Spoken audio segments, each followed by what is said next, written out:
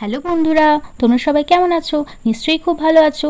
আজ আমি আবার নিয়ে এসেছি আরও একটি রেসিপি। সেদিন তো লাউ দিয়ে লাউ কুমারি করেছিলাম, তবে লাউয়ের খোসাগুলো ফেলে দিইনি।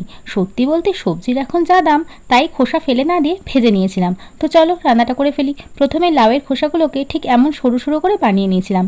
এরপর গ্যাসে কড়াই বসিয়ে তাতে সর্ষের তেল দিয়ে তেল গরম হলে দিয়ে দিলাম সামান্য কালো জিরে ফোড়ন, সামান্য হলুদ আর দুটো কাঁচা লঙ্কা। চিড়ে দিইনি, কারণ আমার ছেলে খুব একটা ঝাল খেতে পারে না। এবার এতে দিয়ে দেবো কেটে রাখা লাউয়ের খোসাগুলোকে।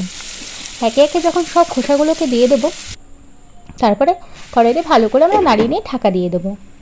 2-3 মিনিট হয়ে যাবে। 2-3 মিনিট পর ঢাকা খুলে আবার একটু ভালো করে নাড়িয়ে দেবো। এবার এতে দিয়ে দেবো পরিমাণ মতো নুন দিয়ে ভালো করে নাড়িয়ে তাতে দিয়ে দেবো সামান্য জিরে গুঁড়ো দেওয়ার পর ভালো করে নাড়িয়ে কেটে রাখা পেঁয়াজগুলোকে এর মধ্যে একে একে দিয়ে দেবো এবং ভালো করে নাড়িয়ে নেব। তারপর ঢাকা দিয়ে রেখে দেবো আরও কিছুক্ষণ। এবার ঢাকনা খুলে ভালো করে নাড়িয়ে নেব। লাউ এর খোসা ভাজা হতে বেশি সময় লাগে না। এরপর এতে দিয়ে দেবো পরিমাণ মতো চিনি। ভালো করে নাড়িয়ে নিলে আমাদের রেডি হয়ে যাবে লাউয়ের খোসা ভাজা। খেতে কিন্তু খুব দারুণ, ভাত বা রুটির সাথে দুটোর সাথেই ভীষণ ভালো লাগে। ভিডিওটি কেমন লাগলো অবশ্যই জানিও। ভালো লাগলে একটু পাশে থেকো, তাহলে ভবিষ্যতে আরও নতুন নতুন ভিডিও করার অনুপ্রেরণা পাবো। সবাই খুব ভালো থেকো। টাটা।